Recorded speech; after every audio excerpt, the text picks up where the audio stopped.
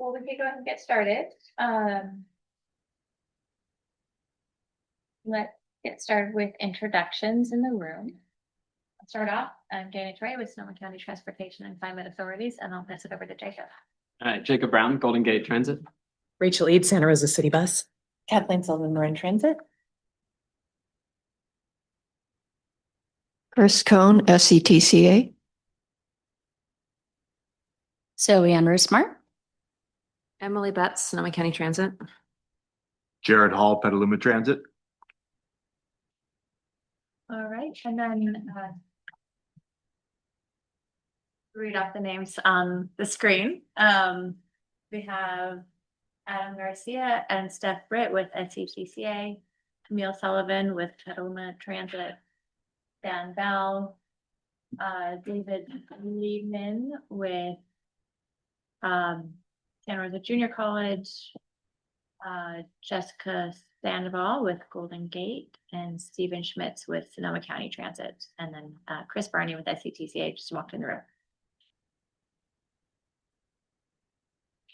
All right, moving on to item number 2, public comment on items not on the agenda. Is there any public comment?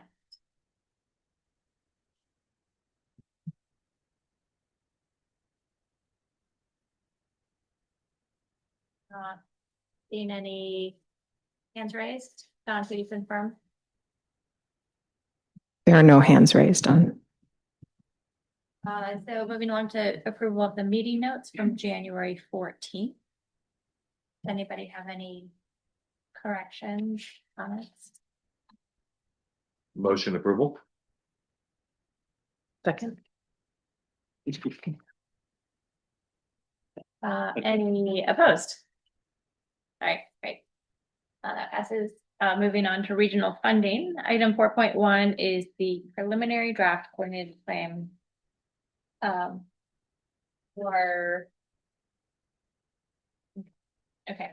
that's for TVA and LC Top Cycle A. Since the initial agenda went out, we've received some more information. If you did not grab a handout, there is a handout of the full coordinated claim up here, and let me know if there's not sufficient copies. So we did, since the initial agenda went out, we the version in the initial one had the TDA funding and Cycle A of LC Top. We since received information on Cycle B, and so both are included. These are preliminary estimates from MTC on the LC Top funding. And we also just late yesterday received the STA population-based and revenue-based estimates. So those are now all included in the version, the handout version.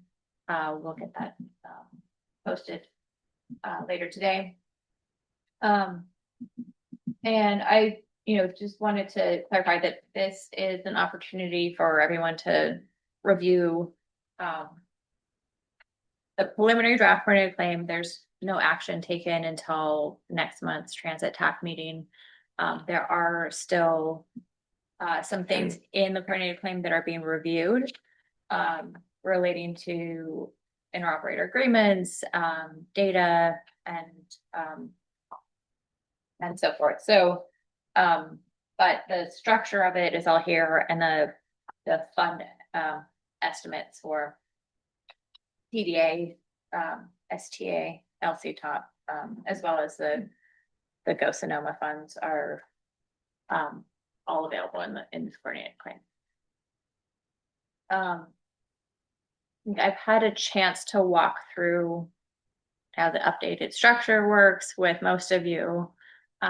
But if there are any questions, please let me know.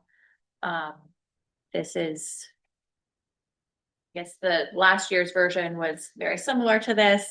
But that was very different from previous years. So been working on restructuring it and want to make sure that everybody understands how it works and is able to follow it. So please let me know if any questions come up or if you see a way it might be, easier to understand. I'm happy to look at it and look at the structure.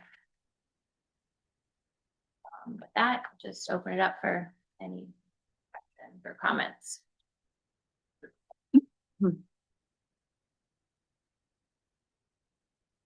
Yeah, I still had a little bit of confusion, which is probably of my own making, around on the STA section. The mascots exchange, like the 800,000 versus the 500,000, and I just honestly can't remember Okay. what's driving that. And it on the section F on that page, it shows the exchange as being 500,000, but then in the table and below it's 800,000. So I'm just struggling with that. Okay, so table E, under, oh wait, sorry, I'm gonna. Yeah, this is the SPH page, yeah, and table F. And then F, and then the section 4 below is where there's the 500 and the 800, and Yeah. I just, Oh. Oh, wow. Okay, that is a mistake. Okay.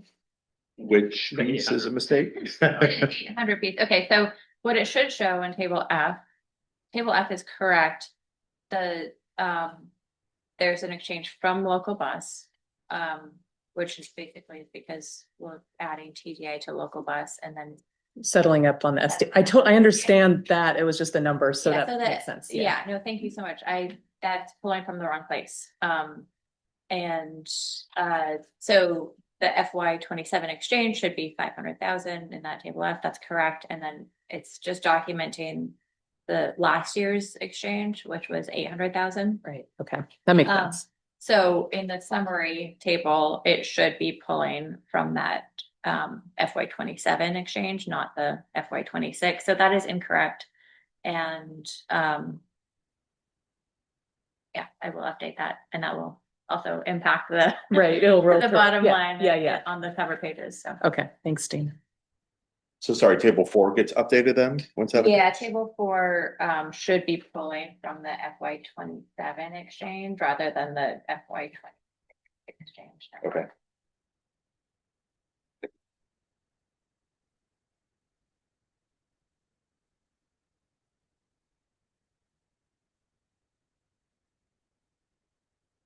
I just want to say thank you for, because our budget is due at the end of the week, so this is like right on time. So thank you so much for getting the STA numbers in there and everything. Yeah, I know this is always right on the budget. Mm-hmm.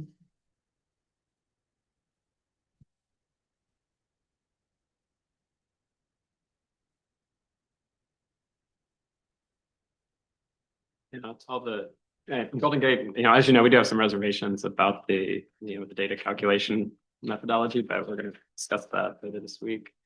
And but other than that, the exchanges all match my understanding. Okay. Thank you, Rachel, and everyone for updating the transit mall. Oh, yeah. Calculations. Yeah, of course. And are your concerns about just the input data, like the revenue hours and ridership, or like, just out of curiosity? Yeah, the switch from the past practice. Gotcha. To projecting data. Oh, gotcha. Okay. Yeah, which was how we have projected data for both Smart and Golden Gate. And then actual FY25 for the local bus operators. I see. Because of mascots, so. Yeah. Yeah, we'll be discussing more of that offline. All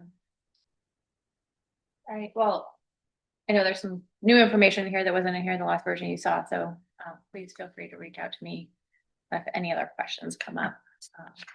We'll bring back a final draft to this committee. And then it will also go to the paratransit committee in March, and then to our board in April. Okay.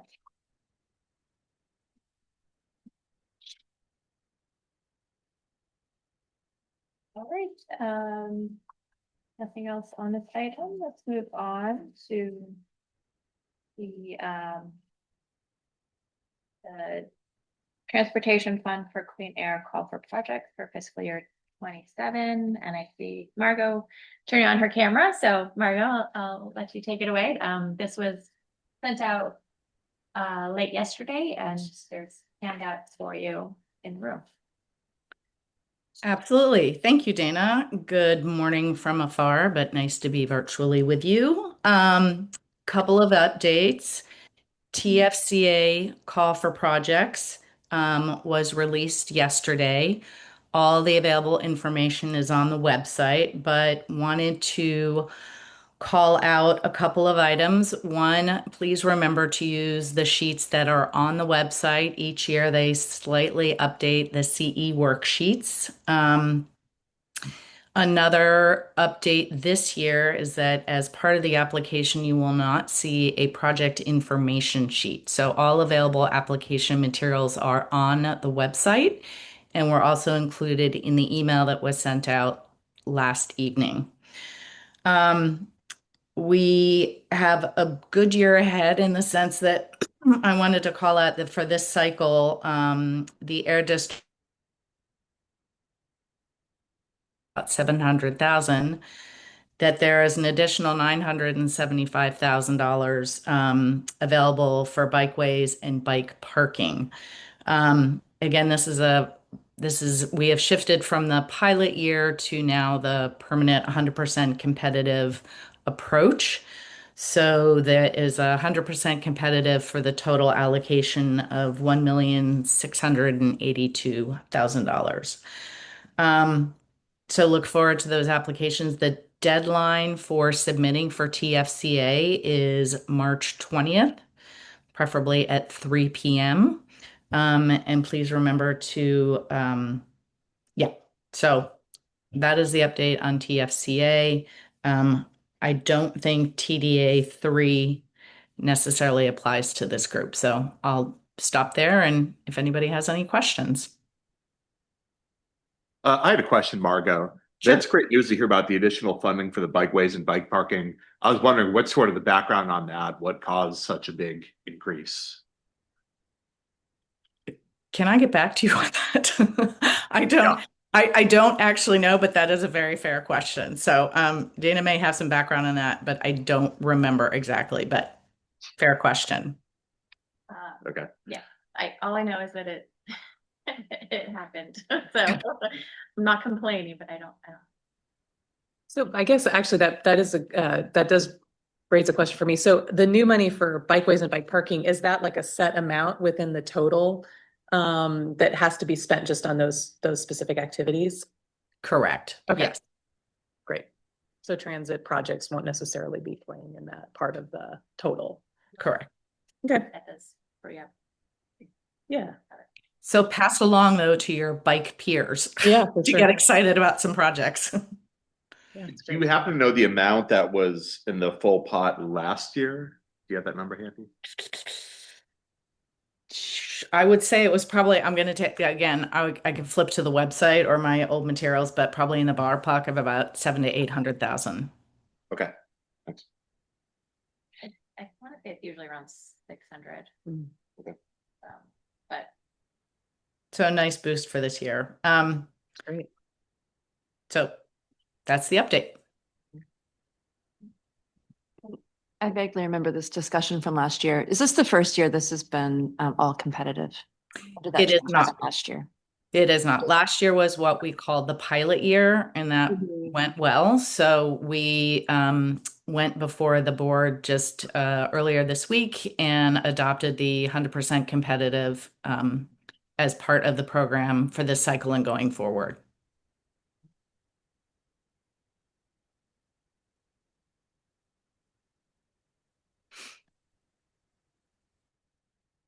thank you, Margot. Any other questions on TFCA? All right, moving on to item 4.3, we have the TFCA and TDA3 quarterly reports. This is through quarter 2. So if you have any projects on this list, please review them. Make sure the information looks correct and you're aware of your funding expiration deadlines and reports that are coming up in May, and then let Margot know if you have any questions. Give you a moment if you have any questions now. All right, let's move on to regional planning, and we have the draft comprehensive transportation plan. What's inside? Thanks, Dana, and good morning, everyone. Let me go ahead and get this.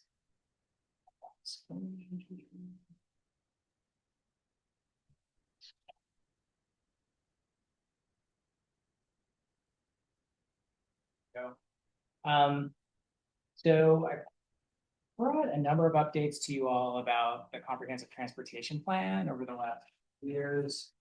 We had a kickoff presentation about the project list, also a summary of the outreach that we've heard over time. So, but we actually have the draft CTP released. We released that in early January. So just wanted to give a high level overview of what's in the plan, what we focused on as part of this plan, some of the findings and some of the recommendations in the plan. So I'll go ahead and start with what the CTP is. So there are a number of different pieces to it. It supports and feeds directly into the regional transportation plan, Plan Bay Area, but it also serves a number of other purposes for our agency. One is it represents a significant reference document. So thank you so much for all the information you provided to including that document. So it's something that we as SCTCA staff refer to all the time, and also local planners, public works folks. Hopefully it's a useful reference for you as well. Collecting all that information in one place that you can go to and grab numbers and charts and graphs and things like that. We've also pulled in information on current population trends and demographics, statistics, and things like that. So hopefully those are useful as well. It's also required to help guide our transportation funding and planning functions here at SCTCA. So that's a key part, that we include vision and goals that informs the scoring of our different projects. A key component of the transportation plan is the project list. So we have over 300 financially unconstrained projects in the CTP. So it's a good starting point for projects to start accessing different funding and trickling up to the regional transportation plan. And then finally, it outlines a vision and goals for Sonoma County, considering transportation. So this CTP builds on our last 2 CTPs, which were released in 2016 and 2021. So we update the CTP every 5 years in the first phase. We're capturing those new project ideas. Vision and goals are still in line with our board's priorities and local agencies' priorities. And things change over time, so we want to capture that information. One thing we've done as part of this plan is try to look at all the other planning documents that have been completed in the last 5 years and learn from what's been developed in those plans. General plans, regional plans, short range plans, our travel behavior study, things like that. So for this CTP, it's been more of a technical update, really focused on not the vision and goals, but things like updating the information, those reference pieces, refreshing our public outreach. I'll talk a little bit more about that. Updating the project list, so that's a big piece. Doing some performance analysis, so looking at how the projects and the policies in the CTP will impact our ability to meet that vision and goals going forward. So I'll report a little bit out on that. And then one thing we'll be doing as part of this CTP update, which will be coming this summer and fall, is looking at the next 5 or 10 years. So the CTP itself is a 30-year document and it's financially unconstrained. So there are a lot of big projects in there that are pretty far out. So we want to look at what we can do in the shorter term. And so we'll be tearing off of the SCTCA funding program cycle 2. So you all have submitted projects as part of that. Those will be scored this spring. And so we'll take the results of that to report on, okay, this is what we're planning on doing in the short term, and also lining up different policies and other actions that can support help us make some progress. So here is a look at the different components and schedules that we've been working on. Public outreach has been happening pretty much the entire time. The first phase of outreach, we looked at other concurrent and recently completed planning efforts and outreach efforts and tried to gather that information. So we're starting not from scratch. And so we're not asking people the same things over and over. So it's kind of the first phase. The second piece of that is we went out to the community and we talked to people. We tabled at different events. We held workshops. And gathered information that way. We also had an online survey, collected information through that. And now we've actually released the draft and we're collecting comments on the draft at this time. We held an open house and a workshop on January 28th. We had 40 or 50 people there, so it's good to have a big crowd at that. And we're having comments on the draft trickle right now. If you're interested in any detail, especially as it relates to your systems and transit, we'll make that available as well. So we have a pretty good repository of, narrative comments and also results from our survey and things like that we can share. So as I mentioned before, we didn't really dig into the vision and goals again. We checked in briefly with our board just to make sure, is this still... Does this still represent your priorities? Okay, with moving forward with those goals at this time. But we took a look at some of our metrics that we use to measure progress in those areas. So did a little work in 2024 on that. I mentioned the performance assessment. So there's a lot of data collection involved in that, updating some of our tools. We completed the performance assessment this summer and fall, so I'll report really briefly on that, but there's more information on that in the actual draft.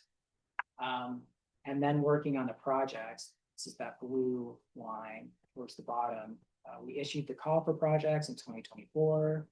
So you all and Works folks responded to that. So we updated projects that were in the plan to make sure we had the recent specs for those. We took ones out that have been completed, that aren't priorities anymore, and added quite a few additional projects. So I'll summarize really briefly what's in the project list.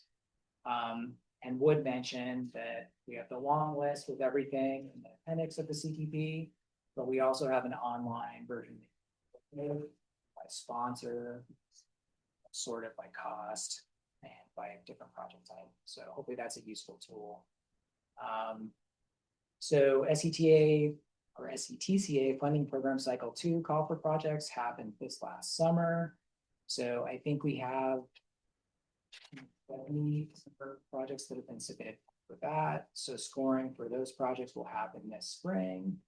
And then we'll use that to put together that 10-year short implementation plan this summer.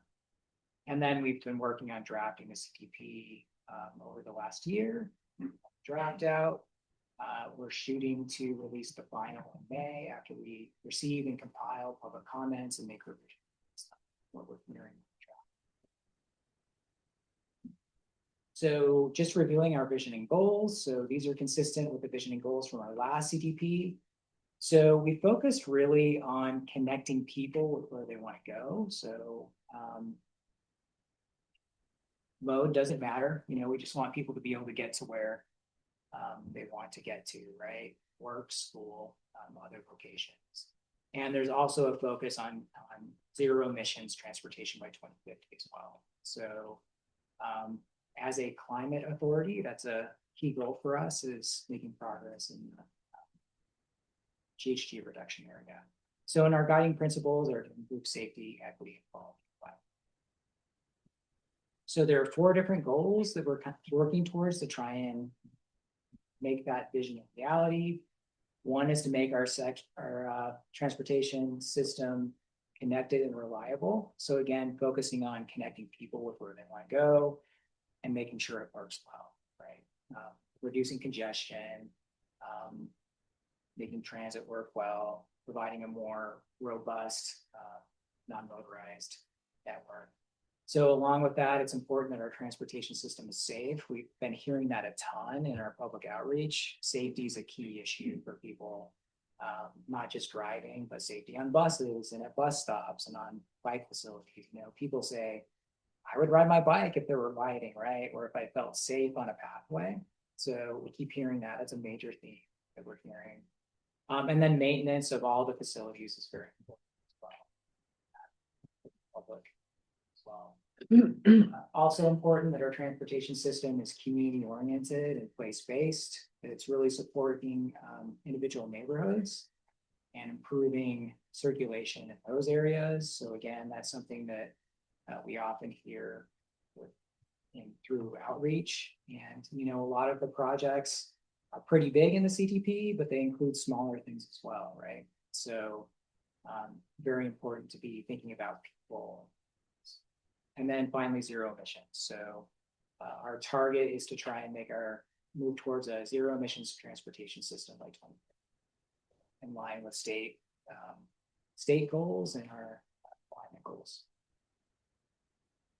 So just a quick look at what's in the plan. There are 7 sections, including an introduction and an executive summary, a section on engagement and outreach, and that's pretty high level. We'll include more detail in the appendix. And if you want more detail on that, let us know. We can provide that.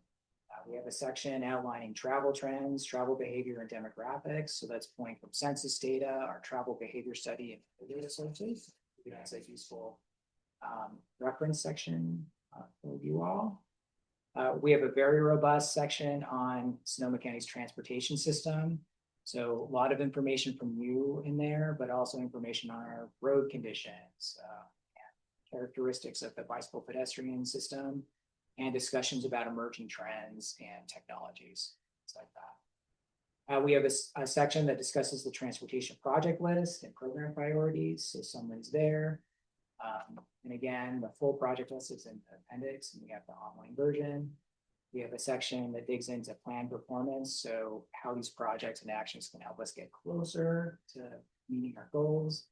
And then a section on implementation. So what are the things that we can do to make progress? So starting with our outreach approach, I'll just talk about this briefly, but there are 3 things that we considered as we were doing our outreach. You know, I mentioned that we reviewed recent and concurrent planning documents. We have a pretty long list that we took a look at, and we pulled out major themes that kept coming up over and over again. And there's a little word cloud in the corner there. Things like safety, maintenance, transit's been coming up as a high priority for the public in these documents. You know, the cost of travel, the time it takes by pedestrian improvements. So that's one platform that we use to inform what we're doing with the plan. We also looked at past CTP, Measure M, and Go Sonoma surveys, and also MTC conducted a survey in the last 5 years. So we looked at that as well. So you can see just a summary of what we've heard with our past CTP Go Sonoma survey up here. Again, very consistent with what we were hearing and seeing in recent planning documents. Like, it takes too much time. Our transportation harms the environment. It needs to be better maintained, costs too much, safety. So things like that. So we wanted to be starting from a platform that is considering what's been done before. So, and then the final piece was taking that information and going out and asking people, you know, we've heard these things, does that still resonate? So we try to have our current outreach approach build on those themes that we've been hearing before. So people don't feel like, I told you that, what do you do with it? So to try and reduce some of that fatigue, that outreach and survey. So you can see a couple pictures here. We're out in the community tabling and gathering inputs that way. We had our online survey. We held workshops and so a lot of good information that you're hearing there. So here's a summary again of the major themes that we've been hearing. On the top, these are things that we heard specifically as part of that new outreach. And then I've summarized the common themes that we've seen through those 3 different approaches to outreach. So one, as part of our new outreach, we heard a ton of support for public transit and active transportation. So very strong running theme through all of that. Again, they want safer options. People want to feel safe traveling around the county. Reliability on the transit side and access to stations was very important. There's a lot of interest and support for electrification and electric vehicles, but people want better charging options, incentives to buy electric vehicles. There's a lot of interest in e-bikes and shared mobility, but there's a kind of undercurrent of safety as well. So, it's a little chaotic right now, and the rules are kind of bouncing around. So we've heard a lot about that. Equity is a major issue, especially in rural areas. And then congestion is a running theme as well, especially in rural areas outside of our built up. So looking at our overall themes, including, current and planning, our last survey, and what we're hearing this time around, there are kind of 5 things that are rising to the top. One is people want to be able to get to where they want to go faster, quicker, and more efficiently. They want cleaner transportation options, transit, active transportation, electric vehicles. Safety, I've mentioned that a ton of times, so another major theme. The expense of travel is something that keeps coming up, and then maintenance for all of our facilities, transit, bike fed, and roadway facilities. So moving to a few of our reference sections, I'm not going to spend a lot of time on these. There's a lot of detail in the plan if you want to dig in. You can even skim and look at some of the figures, if anything pops out at you there. But, you've probably heard us talk about a few of these things before, but we pulled a lot from our travel behavior study. So most of our travel here in Sonoma County stays in the county. So theme from our past CTP, which is still true now. We actually were able to get some 2023 mobile source or big data. And so that's still the case. People are still largely staying in the county. You can see a map here in the middle showing regional travel flows. So if there's travel leaving the county, where is it going? About a third of it's going to Marin County, so which really supports our regional transportation backbone. But there have been a few changes. The interplay between Sonoma, Mendocino, and Solano County has actually gone up since the last time we've done this. So there's still about an 8% flow to and from San Francisco, so that's stayed about the same, but we've seen increases in that flow north and south into Mendocino County, and a little bit more on Solano. So the flow to Napa stayed about the same at about 15 or 16%. And that's just of the 4.8% of total trips that are going out. Okay. That's all the stuff going out. And there's more detail in the plan. And we have 2 documents, the original travel behavior study, which is based on 2019 data. And then we have an addendum that pulled in that 2023 data as well. It's available on our website that has lots of pretty detail on it. Can I ask another question since I've already interrupted you? Yeah. Is it peak, like is work travel different than all travel, presumably? Yes, and we break that down in the travel behavior study and the addendum. This graphic here is all travel. Yeah. But it is slightly different when you look at work travel. I believe the work trips, there's a little bit more work travel going outside of the campus. That's what I figured. Yeah. But is it just slight or is it dramatically different? It's not dramatic. So it's not like Delaware. But, and Adam's on Zoom too. So Adam, if you want to chime in on any of this stuff, he's kind of our trouble behavior study guy now. So he might be able to answer some of that. But yeah, there's a lot of information in those documents. And we're planning on starting another update to that this year and pulling in 2025 data so we can keep that fresh. So we've also looked at growth projections for Sonoma County. So you can see here on the right what we're expecting over the next 25 to 30 years. So about a 13% increase on the housing and population side, and then about a 24, 25% increase in jobs. So this is based on regional forecasts that ABAG and MTC produce. So we are expecting more growth going forward in the future. This is lower than the forecast we've seen in the past for Sonoma County. So it's leveling out a little bit. And in the last 5 or 8 years, we've had actual population reductions in Sonoma County. So we'll see how that plays out over the next 5 years. We expect the population to continue aging as well. So that's another trend that's continuing in Sonoma County, which has impacts, pretty significant impacts on travel, right? So our aging population has different transportation needs and requirements. So it also impacts commutes, things like that. And then we've been tracking travel modes over time as well. So largely the same. Driving alone is still the major way people are getting to work, but there's been, which isn't a surprise, a big shift in working from home, and it's taking some of the relief at least off the commute periods. But yeah, a lot of information in that chapter. Reach out if you have any more questions about that. And then we have a very robust section on our current transportation system, including a summary of road condition, road lane miles, things like that. A lot of great information that you all have provided and help us collect for the transit sections.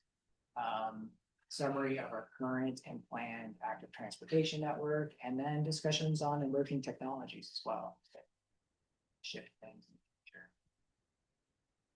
future. Next section's on the project list. So I mentioned we have over 300 vision, financially constrained projects in the project list. The estimated project cost of all of those projects is just over 17 billion, with over just under 5 billion identified. Expected funding, so there's a pretty big gap and need for funding to implement these going forward. And then you can see the 5 largest projects cost-wise on the project list here. So there are a couple Highway 37 projects, almost 5 billion. Smart ongoing operations is a big ticket item. Pavement maintenance countywide. This is just the county. Unincorporated county over 1 billion, and then smart east-west capital.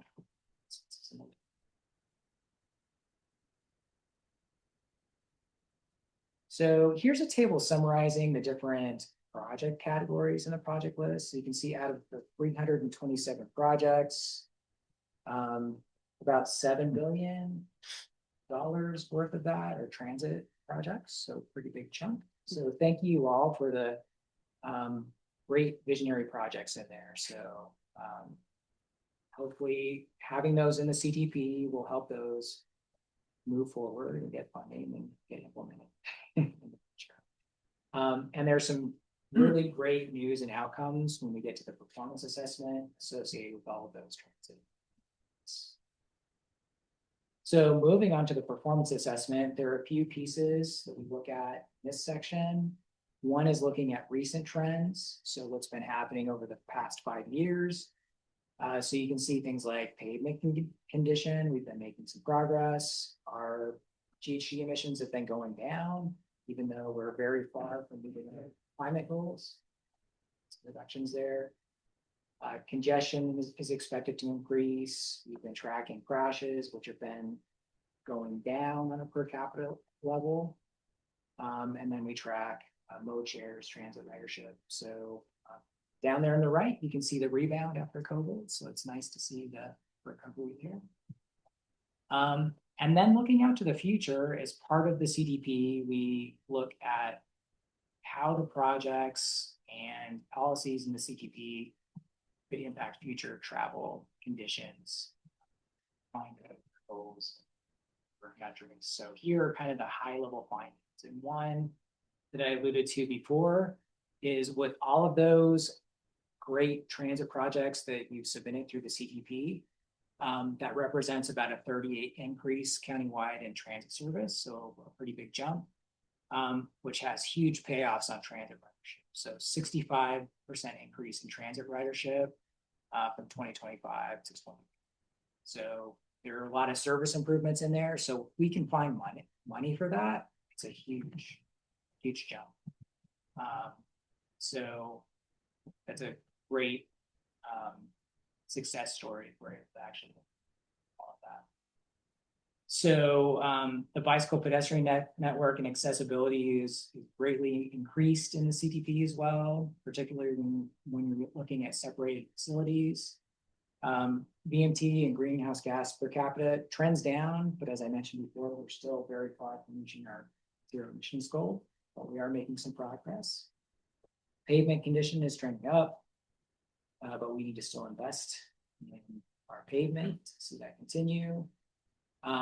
We've seen collisions trending down, but we expect those to go up with increased congestion and growth, since we're expecting people to continue to move here and jobs to be developed as well, which means more activity and so we'll continue to need to lean in on our Vision Zero goals.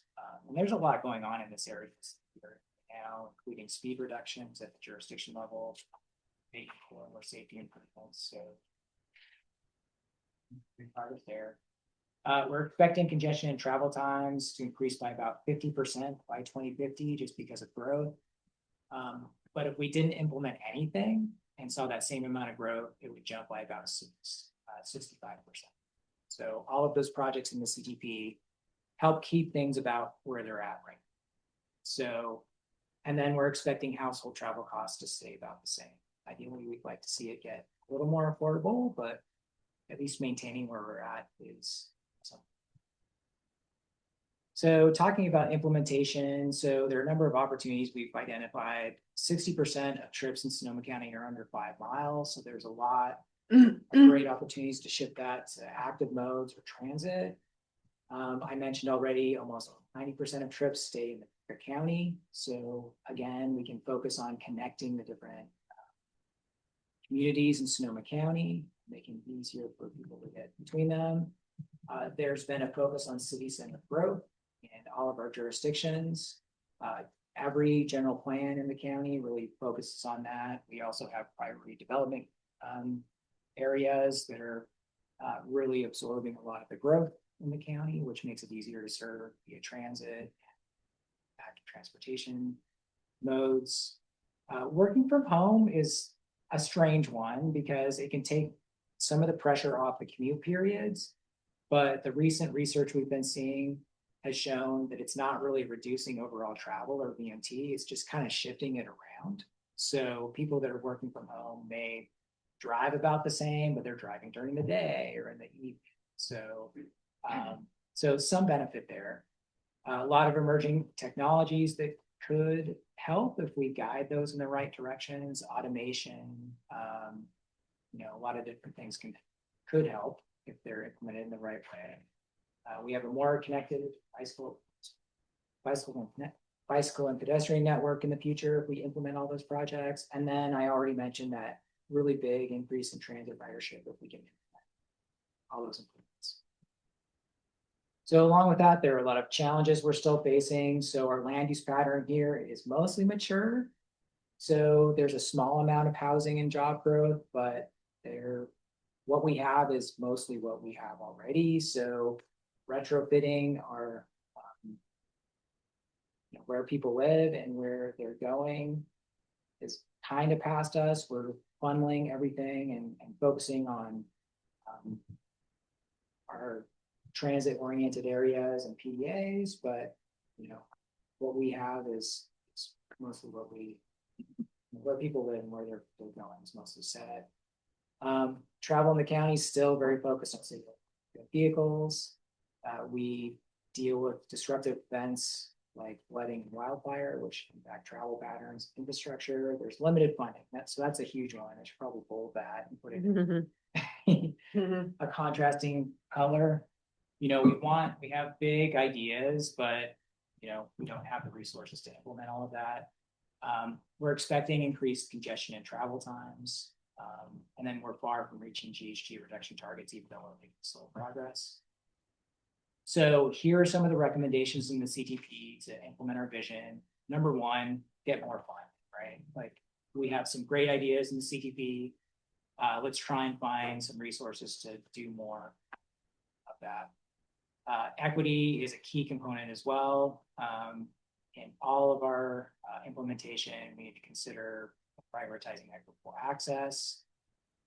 We need to continue to emphasize that growth on our cities. So when the growth does happen, it's supportable transit, active transportation modes. We need to implement a lot of the great trip reduction strategies that are outlined in our strategic TDM plan that Dana completed last year. So that could help us reach our vision.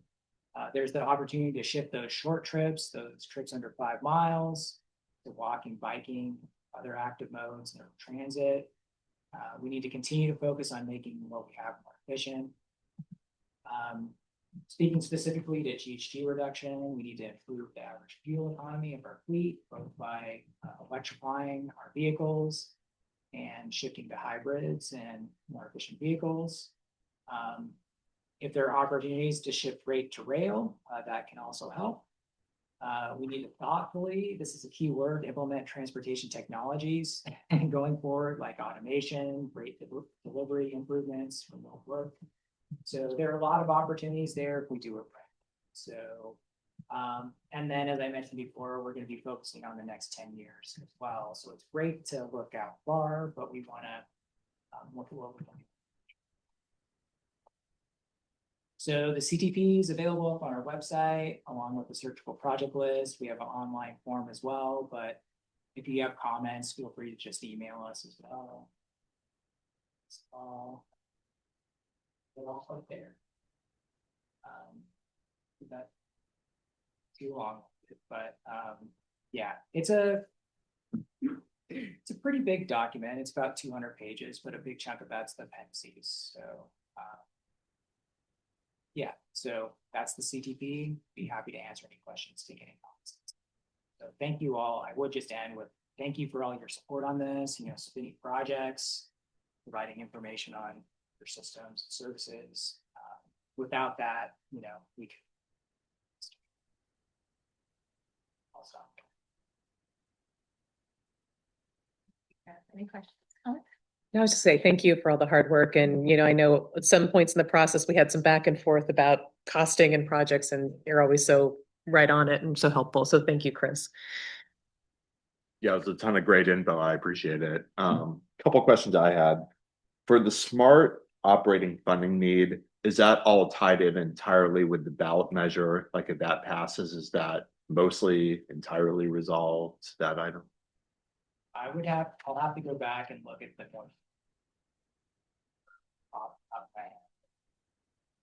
Okay. And then the chart, I found it interesting, the bar chart, the discrepancy in future growth between housing units and jobs within the county. Do you happen to know how we compare in Sonoma County to the region as a whole or other nearby counties, if we're in line or better off, worse off, that trend? Yeah, I'll comment on the North Bay first and then the region of the whole. In this last batch of forecasts, the North Bay's the growth has been much lower in general than the rest of the region. So that's been a pretty big shift in what MDC and ABAG are doing with forecasting. But we have the healthiest growth compared to the other North Bay counties. So Marin has very low growth rate in the last batch of forecasts, to the extent that maybe it's a little unrealistic that it would be that slow.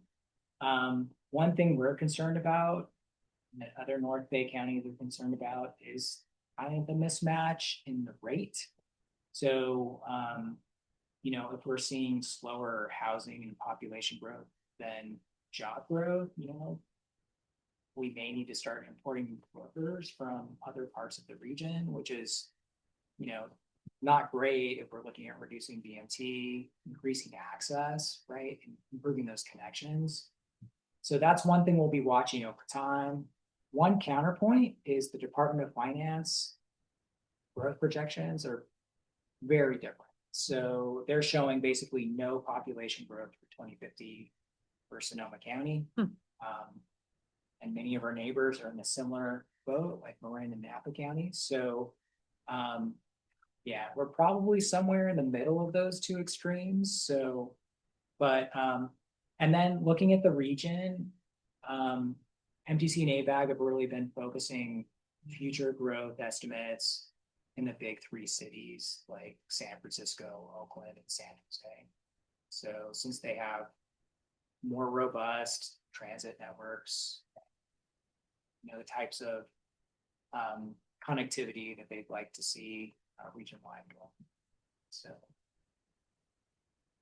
but if you want to dig in more, I can start pulling some of the more detailed forecasts. Okay, yeah, I was just curious where we are relative to region-wide trends. Thanks.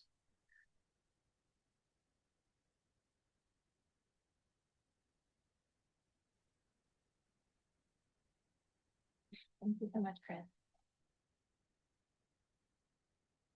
All right. You have one online question. It's okay. Dave Liebman, Chris, would you want me to share the CTP feedback survey link to SRJC staff and student community for more feedback?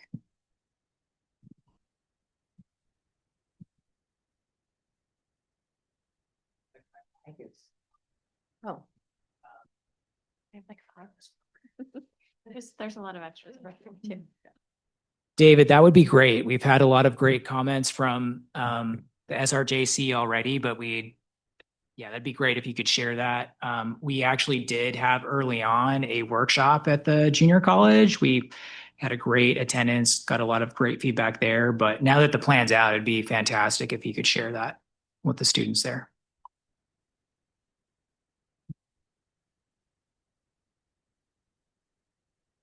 All right, great, thank you. Moving on to item number 6, transit integration updates. A couple of things to mention.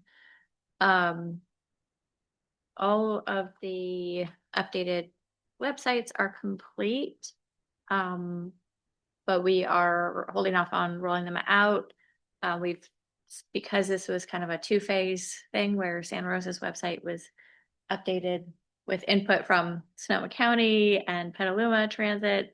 And then later their sites were updated.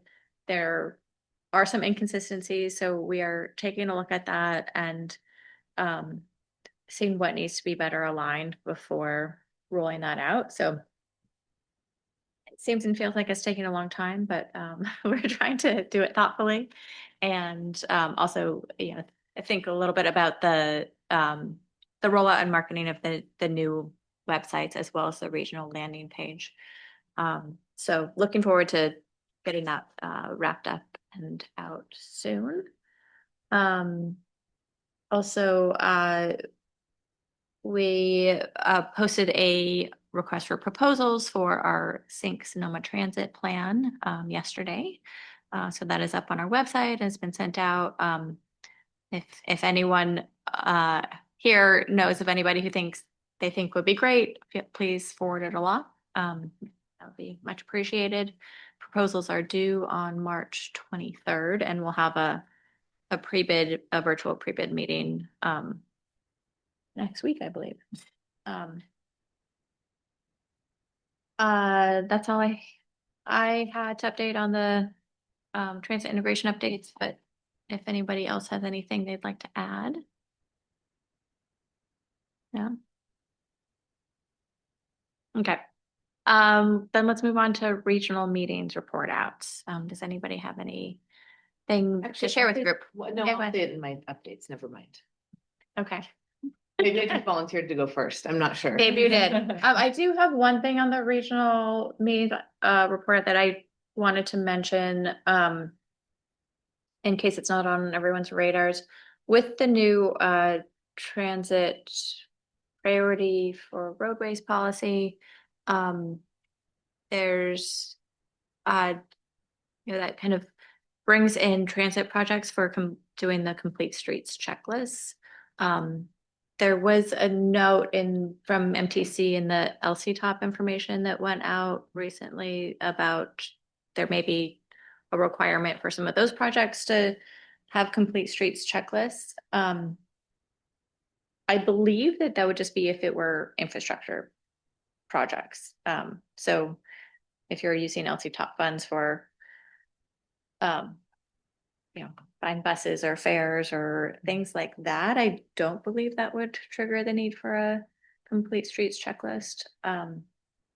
But something to be aware of and pay attention to. We do regularly bring those to our countywide bicycle and pedestrian advisory committee. But if it's within a single jurisdiction that has their own bicycle pedestrian advisory committee, that's an option as well to do the review at those committees. There's also MTC with this update and other updates, they've put out a new platform for the complete streets checklist, and that is now live on their website. And there's a webinar on the 18th of this month to have a tutorial on that new portal for the checklist. Could you share that? I Yeah, think it's on my radar. yeah, I will. The webinar, I mean. The webinar, yes, I will. Yeah, I'll forward you That'd be great. an email Thanks. that details all of that. I feel like I sometimes get things from this meeting that I don't get from Tam, so it's great. Okay, that's all I have. I believe so. Yes, the 18th. Yeah, so there was a recent email that went out. I'll just forward it on to you. All right, if there's not anything else on regional meeting report outs, we'll move on to transit operator updates. And Kathleen, if you still want to go first, I'll let you go first. Well, it's kind of related to the transit integration in Sonoma County that one thing I was going to share is that we're doing what we're calling a community capacity building curriculum. So the Canal District in San Rafael is our sort of highest ridership area, also highest kind of demographically diverse area in the county. We offer the highest level of service in that area. Tam had done this with a group, and there's this guy from UC Berkeley who kind of works on his own, who facilitates. It's a 6-session. It's basically like training transit ambassadors, but also doing just basic community capacity building is what it's called, because it's kind of building their capacity to understand government processes, understand how to engage, understand how to liaison between their communities and their needs, and actual public processes that those needs need to be known by. So it's been really successful. Like we're about halfway through. The third one was on Monday, and we're doing 6, and they'll probably come to our board in April to present like recommendations. And the idea is that at the end, they can actually help like staff our events, but it's a member of the community actually speaking to people. So the idea is we're kind of training them on our system. Anyway, it's been great. And if anyone wants more information, it's just sort of a cool thing we're doing. But one of the pieces of feedback we got in the last one is that the transit app they have very high they really like it for Spanish specifically. They said 511 is almost impossible to use because they were trying the different ways of getting real-time information and stop information when you're at the stop. And we have like QR codes, so they're trying that now. And then they tried 511, which they had a lot of feedback on, which I can't implement anything about, but they had really positive feedback about Transit app, specifically that it has a really good interface in Spanish. So Yeah. I thought that might be useful for you guys to know. Maybe you already know that. I don't have a lot of familiarity with the Transit app, so. Our ridership continues kind of as it was, which is above pre-COVID, which is great, especially on the fixed route side. Our paratransit continues to have basically plateaued at about 50% of pre-pandemic, so that's a big change for us. We are still moving forward with our facility design. There's an RFP out right now, and we hope to kick off the design process this summer. And then there's one thing I wanted to ask, which is last meeting, someone had mentioned that the Larkspur wayfinding project had gotten postponed, but I didn't note the year that it had been postponed to. I think the expectation is that it'll be implemented in early 2027. Okay. And is there more like they'd do planning this fall to actually implement in 2027? Do you know? They actually sent out a strategy report late last week. And so there's planning work that's happening. I think they're shifting to as I understand it, a different delivery model. But they're doing a progressive design build process for kind of this next phase of implementation that they're piloting. Because I think the scope of the project's gotten, really large. Okay. So those are the next steps, but yes, we're anticipating 2027. Okay. And Thanks. who leads that project? That's led by MTC, the Regional Mapping and Wayfinding Project, and they have prototype sites, which we have one here in Santa Rosa, between SMART and the Transit Mall, and then the Larkspur Ferry site will be a pilot site. Okay. I got nothing else. Okay, thank you. Should we go? Go ahead, Rachel. Sure, yeah, I just have a few quick things. December ridership was flat, which for us is good news, because we have had some dips in the last year. Minor, but still not totally what we want to see.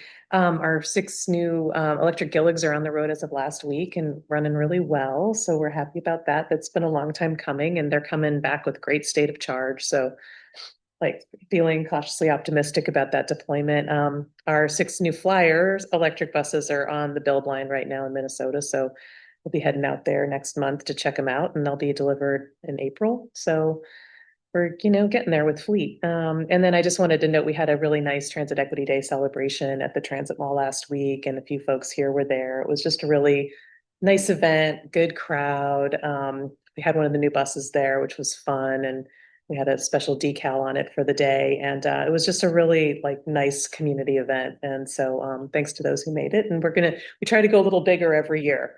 So we were talking with NAACP, who's our partner, about how we take another step next year to make it kind of an even bigger event. We just add a little piece, so we'll keep you posted. And thanks, by the way, for incorporating us and kind of the materials and outreach. We appreciate it. Of course, we know it's weird because we're like, ride Petaluma Transit free on Transit Equity Day and every day. But yeah, of course, it makes sense to make it a multi-operator message. So yeah. That's all I got. Great, thanks.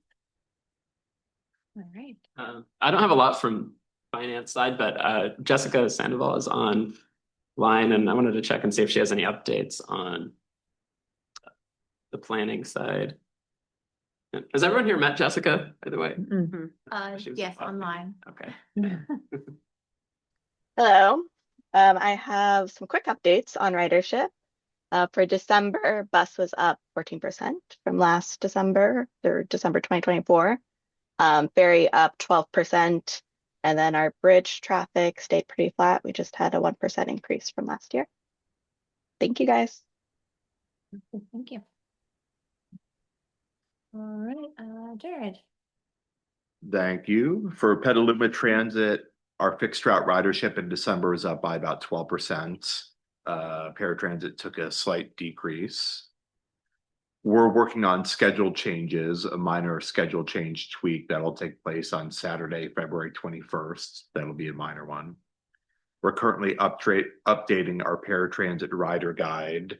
That'll be adopted in a couple weeks or so, and then posted to our new website, of which we're going through the final changes now, meeting with the vendor tomorrow to hopefully iron out the remaining punch list items over the next week or so.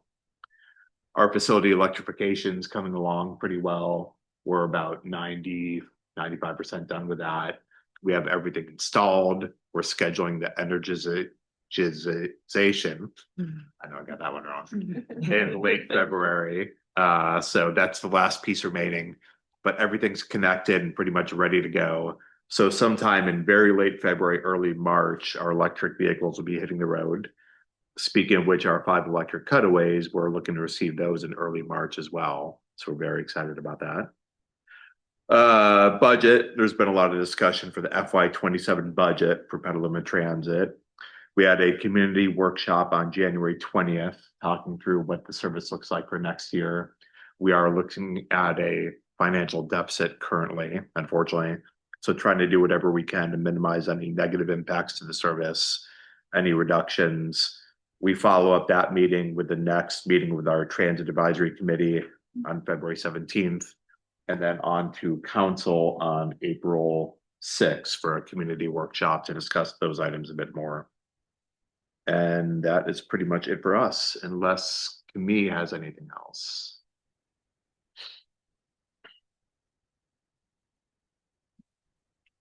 No? Okay, I think that's it for Petaluma. Thanks. All right, thank you. This on?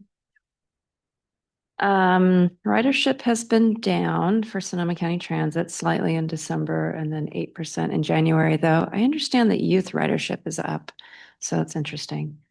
We got a new bus delivered on Monday, a 35-foot BYD. That was very exciting. So we're going to get that and another electric bus out on the road in a couple weeks, I think. I think that's it. Stephen, I think he's listening. You got anything to add?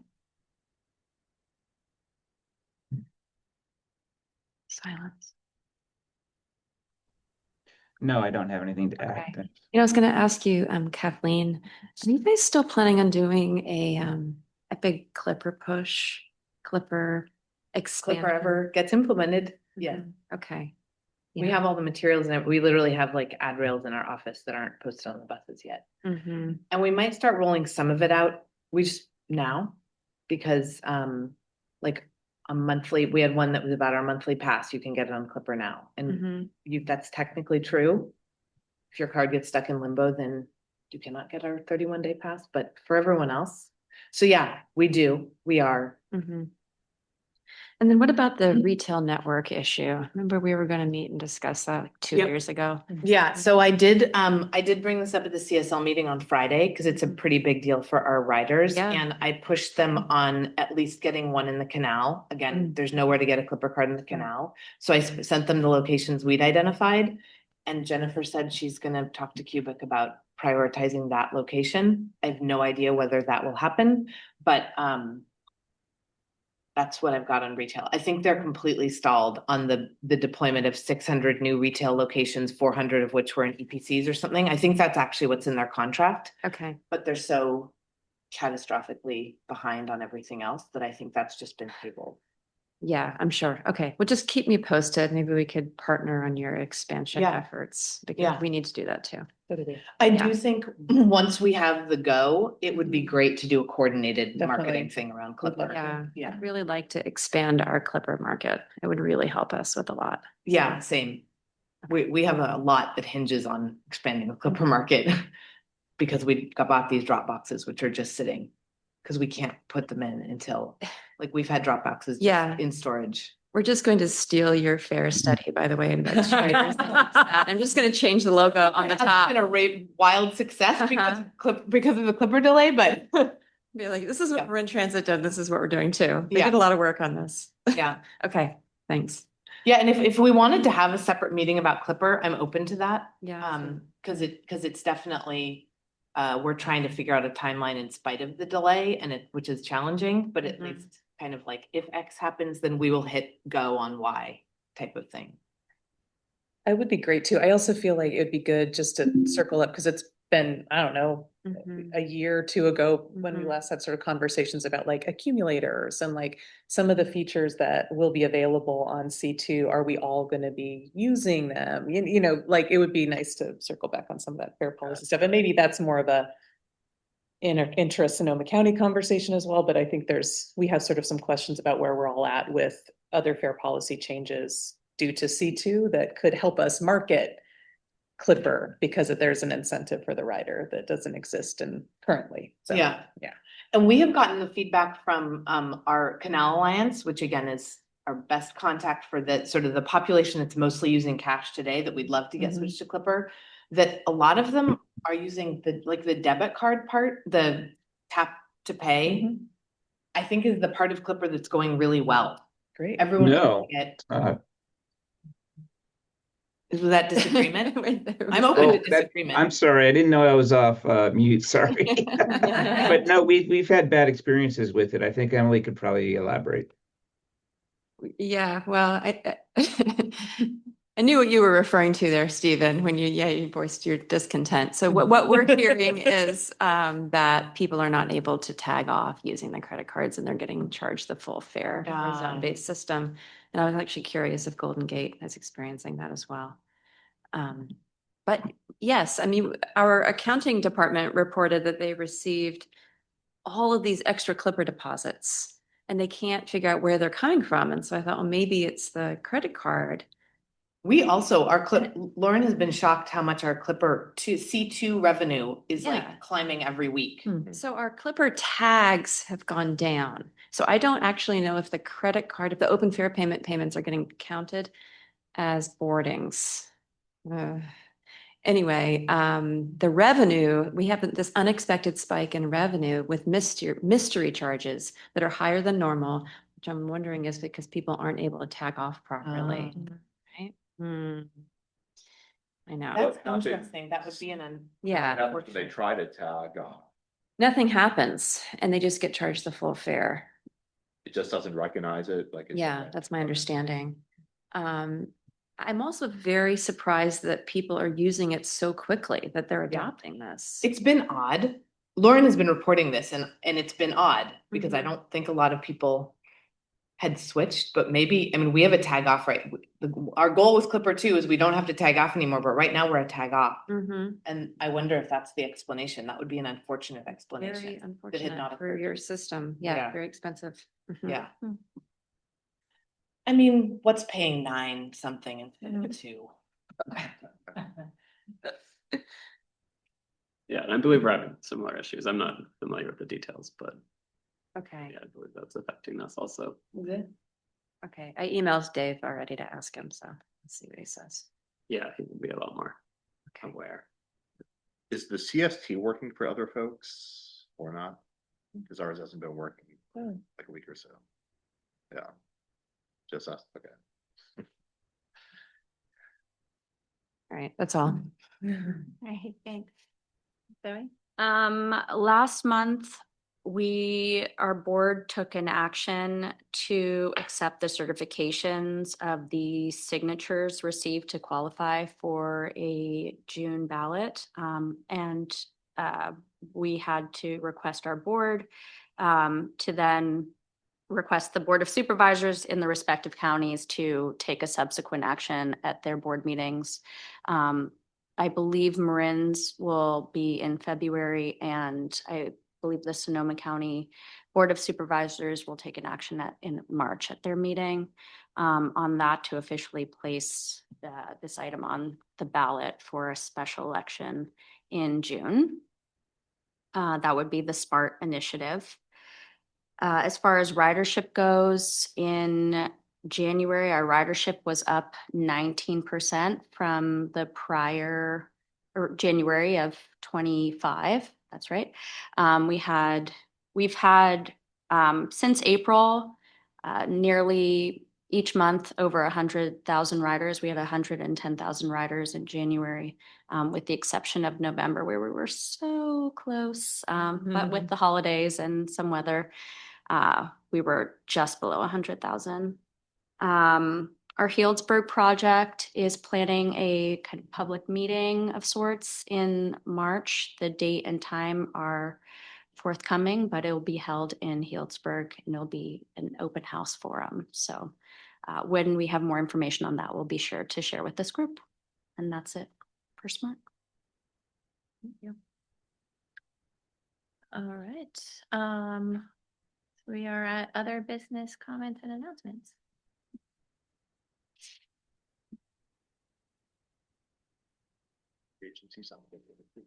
I don't believe so. Is there anybody? Oh, maybe some folks have joined since I looked. Are there other transit operators online that may have an update? Okay. I do see a hand raised. David Terrell. Thank you. Good morning, Dave Sorrell with the San Joaquin Regional Rail Commission. Two minor updates is one is that we recently had launched a additional round trip on our Gold Runner service connecting out of Sacramento. It does not have any impact to where we are in Sonoma County, outside of maybe perhaps a schedule change. We rolled this out back in I believe it was mid-December, early January. I wasn't here to make that announcement, and I apologize. I apologize for that. The second item will primarily focus on our Thruway Route 7. I talked a while back about doing a long-term study pertaining to making our Thruway Route 7 between Martinez all the way up to Arcata a little more cost-efficient to operate. As some of you may know, we have 5 stops within the county, and we're kind of monitoring what's happening in regards to both mascots and with the Healdsburg extension. And we brought this idea up to Caltrans, or at least a concept of a plan to Caltrans, and we're kind of working out some of the details of the scope. But sometime this spring, if there are any operators that would like to engage with us and vice versa, of how do they want to see Route 7 and those stops kind of work in the whole regional connectivity aspect. I definitely want to hold space for that, since that's going to be important as we kind of look at long-term solutions. So that's all I've got. I'm happy to field any questions. Thank you, David. Is this a formal study that you're working on now, or just more something that's being monitored? It's a little bit of both. Primarily because we had been going back and forth with Caltrans over the last year, and with Calsta over the scope and what particulars are we looking for. And Calsta has not been very clear about that. We have been. And when we met with Caltrans, they seem to have had some kind of idea of how to, maneuver with Route 7 and amongst the other routes in the network. And we serve basically the entire state. And so we're looking at micro revisions to kind of help with that cost effectiveness. We did something similar to this in Humboldt County about 2 years ago when I first started. Now we're looking at Sonoma County, some of these longer term solutions. So I'd imagine it's not that we don't have a scope per se, but rather we've gotten some spotty direction from Calsta. So we're kind of moving towards this informal study that would eventually become a formal study. Okay, great. Thank you. Thank you. Yeah, and if it ever makes sense to have a bigger discussion at this meeting, please let me know. I'm happy to put something on the agenda. Oh yeah, for sure. Thank you. Thank you. All right. Any other business comments or announcements? All right, then we can adjourn. We'll see you on March 11th. And probably before that too. Yeah. Thanks, Dana. Thanks, Nina. Thank you.